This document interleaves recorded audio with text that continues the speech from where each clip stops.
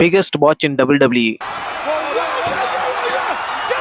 2005ல Batista Royal Rumble ஜெயிக்க வேண்டியா இருந்துச்சு. ரிங்ல கடைசியா இருந்த பெட்டிஸ்டாவும் ஜான்சினாவும். அந்த நேரத்துல பெட்டிஸ்டா பாம்பு போட போயில ஜான்சினா ஸ்லீப் ஆகி அங்கிட்டு 2 பேர் சேர்ந்து விழுந்தாங்க. பெட்டிஸ்டாவும் ஜான்சினா சேர்ந்து ரோப்புக்கு அங்கிட்டு விழுந்துட்டாங்க. இது ஒரு பெரிய கன்ஃபியூஷன் ஆயிருச்சு. எல்லாரும் ஷாக். ஆனா விழுந்ததுல 2 பேரும் டைமிங் ஒரே டைமிங்ல விழுந்திருக்காங்க. அதுதான் பர்ஃபெக்டா இருந்துச்சு பாக்க. இது யாரும் ஸ்கிரிப்ட் எல்லாரும் நினைச்சாங்க ஸ்கிரிப்ட்லாம் இருக்குன்னு இது. ஆனா இது அவுட் ஆஃப் ஸ்கிரிப்ட்.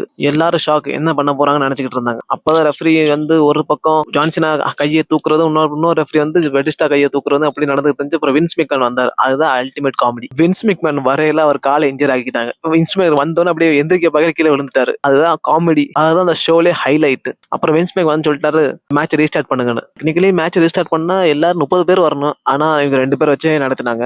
அந்த இதுல பெட்டிஸ்டா ஜெயிச்சு 2005 ராயல் ரம்பிள் வின்னர் ஆனார். பெட்டிஸ்டாரும் ஜான்சினா 2 பேருமே என்ன சொல்லிருக்காங்கன்னா அவங்க மேல தப்பு தான் சொன்னாங்க. ஜான்சினா கேட்கல, ஜான்சினா சொல்லுங்க அது ஏன் தப்பு தான். பெட்டிஸ்டா கேட்கல, பெட்டிஸ்டா சொல்லிக்காரு ஏன் தப்பு தான். தெரியுது 2 பேரும் எவ்வளவு பெரிய ஜென்டல்மேன்.